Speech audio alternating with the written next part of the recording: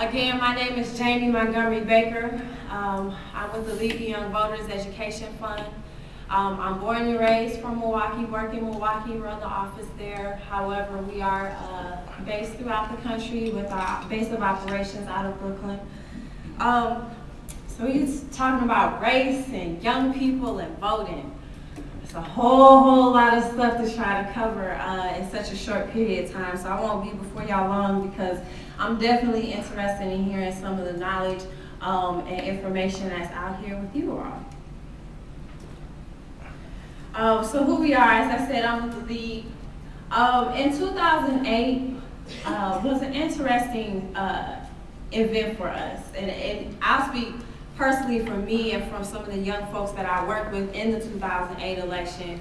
For us, it went from being, we want to change the world, we want to make a difference, and we're going to be old and elderly and moving to an island by the time we see it happen. And, a lot of times when you say you want to change the world, it's very vague, you're not really sure. You might have more concrete things, but again, you feel like it'll take a lifetime to see it. And in 2008, a black man runs for office, and he starts in 2007, it's like, no way. And then you get closer to 2008, it's like, this might really happen. And it opens up these opportunities that for young black people in this state, in this country, that they would never see. I'm from, again, Milwaukee. I'm coming through an intersection. So I'm coming down the street. It's 2 o'clock in the morning. Obama's officially won. I'm headed home. I'm 9 months pregnant at the time.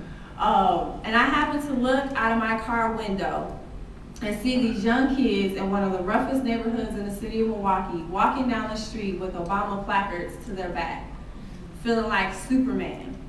The next morning, when I finally rolled myself out of bed, coming to the office, we had a downstairs of the duplex was the base of our field of operations. So 2 young black men are in the office taping sayings to the ceiling about what they want to do, what they want to achieve in this world, and feeling like they can do that. 2 years later, all the kind of love and glitter dust are rubbed off, and we're back here again having a conversation about how do we continue to engage young people in a process that is so important to the future of our people, of our communities, of this nation. For us, looking at and seeing Obama being elected, being inspired by that process, really moved us to move from being in a position of opposition and fighting against and raging against all these different issues that tend to plague us and keep us from being able to really fully achieve what is just respectfully and due to everybody being in a world of America the Great and the equal, all that jazz. So moving from a position of opposition and fighting against stuff to proposition, like really thinking about what is it that we want to see. Before a couple of people co-opted, but our saying has always been, we are the ones we are the ones that have to change this world and be the ones that decide how to move forward. And so really seeing and thinking about what does that look like. Down there you'll see 2 pictures.